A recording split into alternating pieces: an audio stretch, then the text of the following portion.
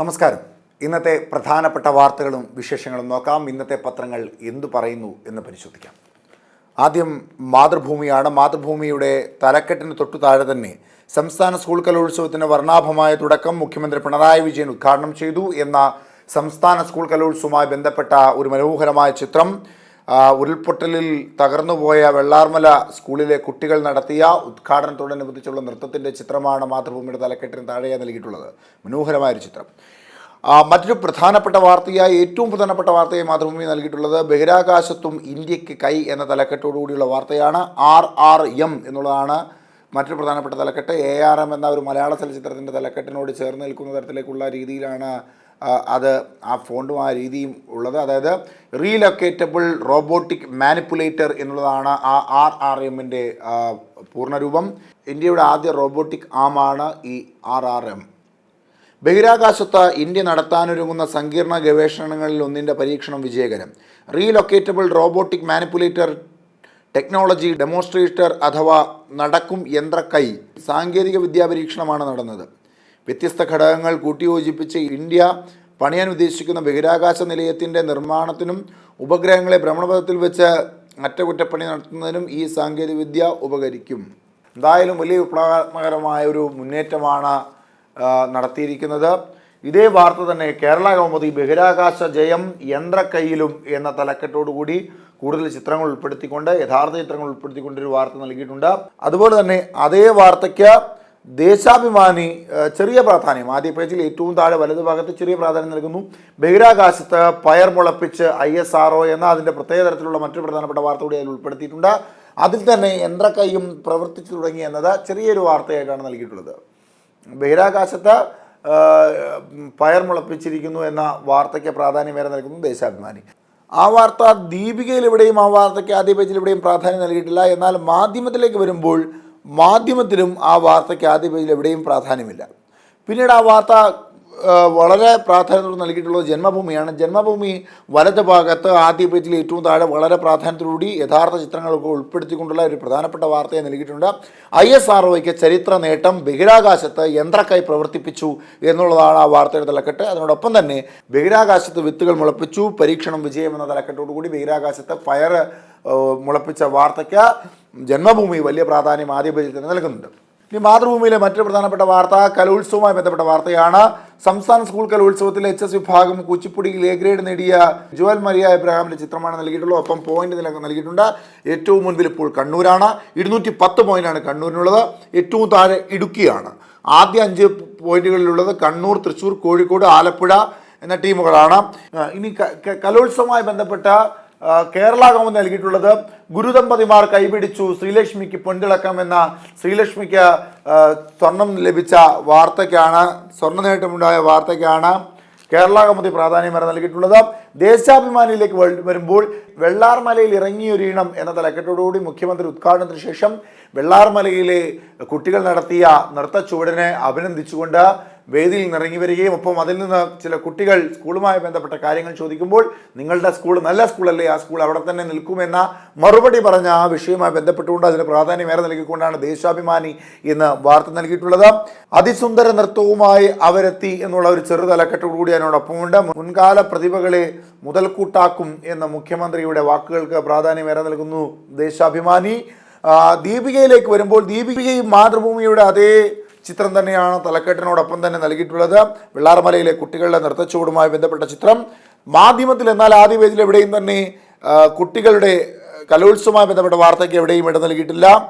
ജന്മഭൂമിയിലും അതേ വെള്ളാർമലയിലെ കുട്ടികളുടെ ചിത്രത്തിനാണ് പ്രാധാന്യമേറെ നൽകിയിട്ടുള്ളത്. കലോത്സവ വേദിയെ കണ്ണീരണിയിച്ച് വെള്ളാർമലയിലെ കുട്ടികൾ ചുവടുവെച്ചു, ബന്ധങ്ങളറ്റിന്ന് അനാഥരായി തീർന്നവർ എന്നുള്ളതാണ് അതിൻ്റെ ഏറ്റവും പ്രധാനപ്പെട്ട തലക്കെട്ടായി നൽകിയിട്ടുള്ളത്. അതേ തലക്കെട്ട് തന്നെയാണ് മലയാള മനോരമ ഉപയോഗിച്ചിട്ടുള്ളത്. അതേ ചിത്രം തന്നെയാണ് മലയാള മനോരമ ഉപയോഗിച്ചിട്ടുള്ളത്. ഇരുളിൽ വെളിച്ചമായി വേദിയിൽ എന്നുള്ളതാണ് ആ ചിത്രത്തോടൊപ്പം നൽകിയിട്ടുള്ള തലക്കെട്ടും ഒരു പ്രധാനപ്പെട്ട കോഡവും.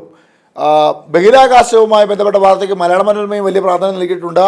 VSSC ബഹിരാകാശത്ത് ഇന്ത്യ വിത്ത് പരീക്ഷണം വിജയിച്ചു, നമ്മുടെ പയർ മുളച്ചു എന്നുള്ളതാണ് വാർത്തയുടെ തലക്കെട്ട്. ബഹിരാകാശത്ത് പയർ മുളപ്പിച്ചതുമായി ബന്ധപ്പെട്ട വാർത്തയ്ക്കാണ് ഇന്ന് മലയാള മനോരമ ഏറ്റവും കൂടുതൽ പ്രാധാന്യം നൽകിയിട്ടുള്ളത്. യന്ത്രക്കൈയുമായി ബന്ധപ്പെട്ട വാർത്തയ്ക്ക് അത്ര വലിയ പ്രാധാന്യമൊന്നും മലയാള മനോരമ ആദ്യ പേജിൽ എവിടെയും നൽകിയിട്ടില്ല. ഇനി മാതൃഭൂമിയിലെ മറ്റൊരു പ്രധാനപ്പെട്ട വാർത്ത, അമ്മയെയും ഇരട്ടക്കുഞ്ഞുങ്ങളെയും കൊന്ന കേസ് 18 വർഷത്തിനു ശേഷം പ്രതികൾ പിടിയിലെന്ന തലക്കെട്ടോടുകൂടി കൊല്ലം അഞ്ചലിൽ അമ്മയെയും 17 ദിവസം പ്രായമായ ഇരട്ടക്കുഞ്ഞുങ്ങളെയും കൊലപ്പെടുത്തിയ കേസിലെ 2 പ്രതികൾ പുതുച്ചേരി CBIയുടെ പിടിയിലായി. അലയമൺ കൊച്ചുമാടപ്പള്ളിയിൽ വീട്ടിൽ ദിവിൽ കുമാർ, കണ്ണൂർ ശ്രീകണ്ഠാപുരം കൈതപ്പുരം പുതുച്ചേരി വീട്ടിൽ രാജേഷ് എന്നിവരെ എറണാകുളം ചീഫ് ജുഡീഷ്യൽ മജിസ്ട്രേറ്റ് കോടതി റിമാൻഡ് ചെയ്തു. സൈനികരായ ഇരുവരും കൊലപാതകത്തിനു ശേഷം ഒളിവിലായിരുന്നു.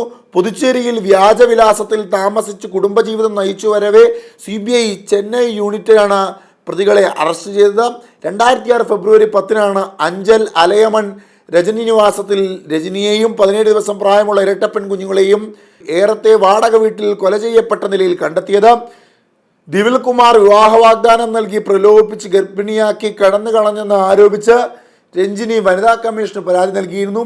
ദിവിലിനെ നാട്ടിലെത്തിച്ച പിതൃത്വ പരിശോധനയ്ക്ക് വിധേയമാക്കണമെന്ന് വനിതാ കമ്മീഷൻ ഉത്തരവിട്ടു. എന്നാൽ ദിവിൽ കുമാർ ഹാജരായില്ല. പ്രസവത്തിനായി തിരുവനന്തപുരത്തെ SCSC ആശുപത്രിയിലെത്തി രഞ്ജിത്തിനെയും അമ്മയെയും അനിൽകുമാറാണെന്ന പേരിൽ രാജേഷ് പരിചയത്തിലായി. പിന്നീട് വീട്ടിലെത്തി കൊലപ്പെടുത്തി. പിന്നീട് ഉത്തരേന്ത്യയിലെത്തിയ ഇരുവരെയും പിന്തുടർന്ന് പോലീസ് എത്തിയെങ്കിലും രക്ഷപ്പെട്ടു. രഞ്ജിനിയുടെ അമ്മയുടെ പരാതിയിലാണ് CBI അന്വേഷണത്തിന് ഹൈക്കോടതി ഉത്തരവിട്ടത്. ഇതേ വാർത്ത കേരള കൗമുദിയിലും വലിയ പ്രാധാന്യത്തോടെ നൽകിയിട്ടുണ്ട്.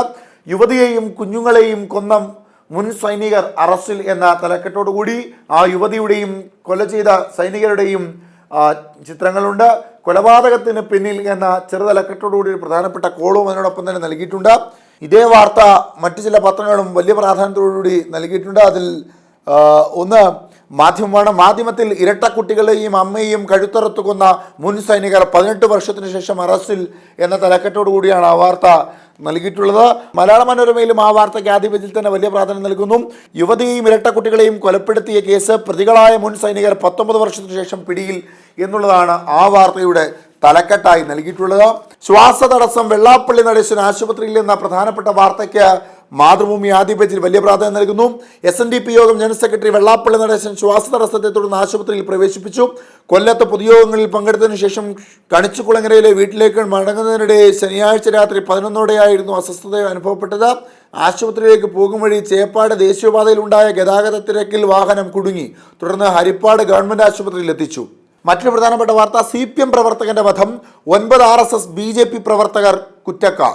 CPM കണ്ണപുരം ചുണ്ട ബ്രാഞ്ചംഗം അലിച്ചി വീട്ടിൽ റിജിത് ശങ്കറിനെ കുത്തിക്കൊലപ്പെടുത്തിയ കേസിൽ 9 RSS BJP പ്രവർത്തകർ കുറ്റക്കാർ.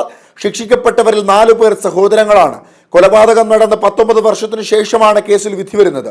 അഡീഷണൽ സെഷൻസ് കോടതി ജഡ്ജി റൂബി K. ജോസ് ചൊവ്വാഴ്ച ശിക്ഷ വിധിച്ചു. ഇതേ വാർത്ത കേരള കൗമുദിയിൽ വലിയ പ്രാധാന്യത്തോടെ ഒന്നും നൽകിയിട്ടില്ല. എന്നാൽ ദേശാഭിമാനിയിൽ വലിയ പ്രാധാന്യത്തോടെയുണ്ട് ഈ വാർത്ത. റിജിത്ത് വധം, 9 RSSകാർ കുറ്റക്കാർ എന്ന തലക്കെട്ടോടുകൂടി 9 പേരുടെയും ചിത്രമൊപ്പം കൊല ചെയ്യപ്പെട്ട റിജിത്തിൻ്റെ അമ്മ വിധിയറിഞ്ഞ് കരയുന്ന ചിത്രവും അതിനോടൊപ്പം നൽകിയിട്ടുണ്ട്.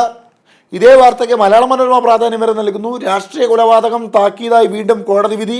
റിജിത്ത് വധം 9 പ്രതികളും കുറ്റക്കാർ എന്ന തലക്കെട്ടോടുകൂടി 9 പേരുടെയും ചിത്രമൊപ്പം ദേശാഭിമാനി നൽകിയ അതേ കരയുന്ന ചിത്രം മലയാള മനോരമയിൽ നൽകിയിരിക്കുന്നു.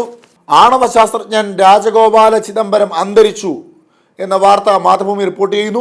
ഇന്ത്യയുടെ ആണവശേഷി രൂപപ്പെടുത്തിയതിൽ നിർണായക പങ്കുവഹിച്ച ശാസ്ത്രജ്ഞൻ രാജഗോപാൽ ചിദംബരം അന്തരിച്ചു. മുംബൈയിലെ ജസ്ലോക്ക് ആശുപത്രിയിൽ ശനിയാഴ്ച പുലർച്ചെ 3:20 അന്ത്യം. പോക്രാൻ 1 ആൻഡ് പോക്രാൻ 2 ആണവ പരീക്ഷണങ്ങളിൽ പ്രധാന ശക്തി കേന്ദ്രമായിരുന്നു. 17 വർഷത്തോളം കേന്ദ്ര സർക്കാരിൻ്റെ പ്രിൻസിപ്പൽ സയന്റിഫിക് ഉപദേഷ്ടാവായും പ്രവർത്തിച്ചു. ഇതേ വാർത്ത കേരള കൗമുദിയിൽ വലിയ പ്രാധാന്യത്തോടെ ആദ്യ പേജിൽ വലതുഭാഗത്ത് താഴെയായി നൽകിയിട്ടുണ്ട്. ആണവ ശാസ്ത്രജ്ഞൻ ഡോക്ടർ ചിദംബരം അന്തരിച്ചു എന്നുള്ളതാണ് ആ വാർത്തയുടെ തലക്കെട്ട്. ദീപികയും അതേ വാർത്തയ്ക്ക് പ്രാധാന്യമേറെ നൽകുന്നു. ആണവ ശാസ്ത്രജ്ഞൻ R. ചിദംബരം അന്തരിച്ചു എന്ന തലക്കെട്ടോടുകൂടി ആ വാർത്തയ്ക്ക് പ്രാധാന്യമേറെ നൽകുന്നു. മലയാള മനോരമയിൽ ആദ്യ പേജിൽ ഏറ്റവും താഴെ ആണവ ശാസ്ത്രജ്ഞൻ ഡോക്ടർ R. ചിദംബരം അന്തരിച്ചു എന്ന യഥാർത്ഥ തലക്കെട്ടോടുകൂടി ആ വാർത്തയും നൽകി. ഇനി മാതൃഭൂമിയിലെ കാർട്ടൂൺ പരമ്പരയായ കാകദൃഷ്ടിയിൽ മുഖ്യമന്ത്രി സ്ഥാനത്തെക്കുറിച്ച് ചർച്ച ചെയ്യേണ്ട സമയമല്ല ചെന്നിത്തല, ആചാരം തെറ്റിക്കേണ്ട, ഷർട്ട് അഴിക്കാം എന്നുള്ളതാണ് ആ കാർട്ടൂണ് തലക്കെട്ടായി നൽകിയിട്ടുള്ളത്. മാതൃഭൂമിയിലെ മറ്റ് പ്രധാനപ്പെട്ട വാർത്ത, കേരള ലോട്ടറി ഇതര സംസ്ഥാനത്ത് വിൽക്കില്ല എന്ന് ഡയറക്ടർ. ആ വാർത്തയ്ക്ക് പ്രാധാന്യമേറെ നൽകുന്നു മാതൃഭൂമി. ഇനി കേരള കൗമുദിയിലേക്ക് വരുമ്പോൾ കേരള കൗമുദിയുടെ കാർട്ടൂൺ പരമ്പരയായ തലവര എന്ന കാർട്ടൂൺ പരമ്പരയിൽ കലോത്സവം എ ഗ്രേഡുകാർക്കുള്ള സ്കോളർഷിപ്പ് തുക ഉയർത്തും, പ്രതിഷേധം അതിരുവിട്ടാൽ നടപടി, മന്ത്രി. എ ഗ്രേഡുകാർക്ക് അക്കൗണ്ടിൽ കിട്ടും, ഡി ഗ്രേഡ് ചെയ്യുന്നവർക്ക് ഉടൻ കിട്ടേണ്ടത് കിട്ടും എന്നുള്ളതാണ് ആ കാർട്ടൂണിൻ്റെ തലക്കെട്ട്. മനോഹരമായൊരു തലക്കെട്ട്. മറ്റു പ്രധാനപ്പെട്ട വാർത്ത കേരള കൗമുദിയിൽ റിപ്പോർട്ട് ചെയ്തിട്ടുള്ളത് യോഗത്തിൻ്റെ പോഷക സംഘടനകളെ ശക്തമാക്കണം, വെള്ളാപ്പള്ളി നടേശൻ. യൂത്ത് മൂവ്മെന്റ്, വനിതാ സംഘവും അടക്കമുള്ള യോഗത്തിന്റെ പോഷക സംഘടനകളെ കൂടുതൽ ശക്തമാക്കണമെന്ന് SNDP യോഗം ജനറൽ സെക്രട്ടറി വെള്ളാപ്പള്ളി നടേശൻ പറഞ്ഞു. യോഗത്തിന്റെ മൈസൂർ ക്യാമ്പിലെടുത്ത തീരുമാനങ്ങൾ നടപ്പാക്കുന്നതിന് മുന്നോടിയായി കൊല്ലത്ത് സംഘടിപ്പിച്ച യൂണിയൻ ഭാരവാഹികളുടെ മേഖലാ സമ്മേളനം ഉദ്ഘാടനം ചെയ്യുകയായിരുന്നു അദ്ദേഹം. ഇനി ദേശാഭിമാനിയിലേക്ക് വരുമ്പോൾ ദേശാഭിമാനിയിലെ മറ്റു പ്രധാനപ്പെട്ട വാർത്തകൾ. ബാങ്ക് കോഴ IC ബാലകൃഷ്ണനെതിരെ വിജിലൻസ് അന്വേഷണം എന്ന വാർത്തയ്ക്ക് ഭരതഭാഗത്ത് ചെറിയ പ്രാധാന്യം നൽകുന്നു. ഹരിയാനയിലെ തോഹാനയിൽ സംയുക്ത കിസാൻ മോർച്ച സംഘടിപ്പിച്ച മഹാപഞ്ചായത്ത് എന്ന വാർത്തയുടെ ചിത്രം ആദ്യ പേജിൽ നൽകിയിട്ടുണ്ട്. കൂടുതൽ വിശദവിവരങ്ങൾ 9-ാം പേജിൽ ഉൾപേജിൽ നൽകിയിട്ടുണ്ട്. ദേശാഭിമാനിയിലെ മറ്റ് പ്രധാനപ്പെട്ട വാർത്ത ഉമാ തോമസിനെ വെന്റിലേറ്ററിൽ നിന്ന് മാറ്റിയെന്ന വാർത്തയ്ക്ക് ഇടതുഭാഗത്ത് ചെറിയ പ്രാധാന്യം നൽകുന്നു. ഇനി ദീപികയിലേക്ക് വരുമ്പോൾ ദീപികയിൽ വയനാട് ടൗൺഷിപ്പ് 30 ലക്ഷവും ഒരാളെങ്കിലും മാറ്റാനൊക്കില്ല, വിട്ടുവീഴ്ചയില്ലെന്ന് വ്യക്തമാക്കി സർക്കാർ. വയനാട് ടൗൺഷിപ്പിൽ നിർമ്മിക്കുന്ന വീടുകളുടെ നിർമ്മാണ ചെലവ് കുറയ്ക്കാനാകില്ലെന്ന് ആവർത്തിച്ച മുഖ്യമന്ത്രി പിണറായി വിജയൻ നിശ്ചയിച്ച തുകയ്ക്ക് ആനുപാതികമായി വീടുകളുടെ എണ്ണത്തിൽ കുറവ് വരുത്താൻ നിർദ്ദേശിച്ചു. വയനാട് ഉരുൾപൊട്ടൽ ദുരന്തത്തിൽ താമസ സ്ഥലം നഷ്ടമായവർക്ക് ടൗൺഷിപ്പ് നിർമ്മിക്കുന്നതുമായി ബന്ധപ്പെട്ട 100-ൽ താഴെ വീടുകൾ സ്പോൺസർ ചെയ്തവരുടെ 2ാം ഘട്ട യോഗത്തിലാണ് മുഖ്യമന്ത്രി ഇക്കാര്യം അറിയിച്ചത്. ഇതേ വാർത്ത മാധ്യമം വലിയ പ്രാധാന്യത്തോടെ നൽകിയിട്ടുണ്ട്. ഏറ്റവും പ്രധാനപ്പെട്ട വാർത്തയെ മാധ്യമം റിപ്പോർട്ട് ചെയ്തിട്ടുള്ള വാർത്ത അതാണ്. ടൗൺഷിപ്പ് നിർമ്മാണ ചെലവ് കുറയ്ക്കില്ല, വയനാട് പുനരധിവാസം പ്ലാനിൽ മാറ്റമില്ല എന്നുള്ളതാണ് വാർത്തയുടെ തലക്കെട്ട്. സ്വന്തം നിലയിൽ നിർമ്മിച്ചു നൽകാമെന്ന നിർദ്ദേശം സർക്കാർ തള്ളി എന്നുള്ള തലക്കെട്ടും അതിനോടൊപ്പമുണ്ട്. ആ വാർത്ത വളരെ വിശദമായി മാധ്യമം ആദ്യ പേജിൽ തന്നെ നൽകുന്നു. ദീപികയിലെ മറ്റു പ്രധാനപ്പെട്ട വാർത്തകൾ. വനനിയമ ഭേദഗതി നിർദ്ദേശങ്ങൾ 10 വരെ സമർപ്പിക്കാമെന്നുള്ള വാർത്ത ദീപിക റിപ്പോർട്ട് ചെയ്യുന്നു. കേരള വനനിയമ ഭേദഗതി ബില്ല് സംബന്ധിച്ച് പൊതുജനങ്ങൾ, സന്നദ്ധ സംഘടനകൾ, നിയമജ്ഞർ തുടങ്ങിയവർക്ക് അഭിപ്രായങ്ങളും നിർദ്ദേശങ്ങളും സർക്കാരിനെ അറിയിക്കുവാനുള്ള തീയതി 10 വരെ ദീർഘിപ്പിച്ചതായി വനം വന്യജീവി മന്ത്രി AK ശശീന്ദ്രൻ അറിയിച്ചു. ക്ഷേമ പെൻഷൻ തട്ടിപ്പ് 31 പേരെ പൊതുമരാമത്ത് വകുപ്പ് സസ്പെൻഡ് ചെയ്തു എന്ന വാർത്തയ്ക്ക് പ്രാധാന്യമേറെ നൽകുന്നു ദീപിക. സ്വകാര്യ ബസ്സിലെ ജോലിക്ക് പോലീസ് ക്ലിയറൻസ് നിർബന്ധമാക്കിയെന്ന വാർത്തയ്ക്ക് പ്രാധാന്യമേറെ നൽകുന്നു. ജമ്മു കാശ്മീരിൽ വാഹനം കൊക്കയിൽ വീണ് 4 സൈനികർക്ക് വീരമൃത്യു എന്ന വാർത്തയ്ക്ക് പ്രാധാന്യമേറെയുണ്ട് ദീപികയിൽ. മാവേൽനാട് എന്ന കാർട്ടൂൺ പരമ്പരയിൽ രാജു നായർ തയ്യാറാക്കിയ കാർട്ടൂൺ. ചൈനയിലെ വൈറൽ പനി HMPV ആശങ്ക വേണ്ടെന്ന് ആരോഗ്യമന്ത്രി. കരുതൽ മതി, ദുരന്തങ്ങൾക്കൊപ്പം എന്നും സർക്കാരുണ്ട്, തെരഞ്ഞെടുപ്പ് അടുക്കുമ്പോൾ കിറ്റുമുണ്ടാകും എന്നുള്ളതാണ് ആ വാർത്തയുടെ തലക്കെട്ടായി നൽകിയിട്ടുള്ളത്. ഇനി മാധ്യമത്തിലേക്ക് വരുമ്പോൾ കൃഷ്ണവേണി അച്ഛനോട് പറഞ്ഞു ക്യാൻസർ അതിൻ്റെ പാട്ടിന് പോട്ടെ എന്ന്. അതായത് വിഖ്യാത കർണാടക സംഗീതജ്ഞൻ ശമാങ്കുടി ശ്രീനിവാസ ഭാഗവതരുടെ ഓർമ്മകൾ ഉറങ്ങുന്ന ഭാരത് ഭവൻ്റെ മണ്ണിലിരുന്ന് മകൾ കൃഷ്ണവേണി വീണ വായിക്കുമ്പോൾ രാജീവിൻ്റെ കണ്ണുകൾ നിറഞ്ഞൊഴുകുകയായിരുന്നു. ക്യാൻസർ പിടിപെട്ട് ഒരിക്കൽ മരണം മുഖാമുഖം കണ്ട ആ മനുഷ്യൻ്റെ സ്വപ്നത്തിൽ പോലും ഇന്നലത്തെ പകലുണ്ടായിരുന്നില്ല. സംസ്ഥാന സ്കൂൾ കലോത്സവം HS വിഭാഗം മത്സരത്തിൽ വീണ വായിച്ച കൃഷ്ണവേണി അച്ഛൻ രാജീവ് G നായർ, അമ്മ രജിത, സഹോദരൻ ശ്രീഹരി എന്നിവർക്കൊപ്പം വളരെ മനോഹരമായ വാർത്തയും ചിത്രവുമാണ് മാധ്യമം ആദ്യ പേജിൽ നൽകിയിട്ടുള്ളത്.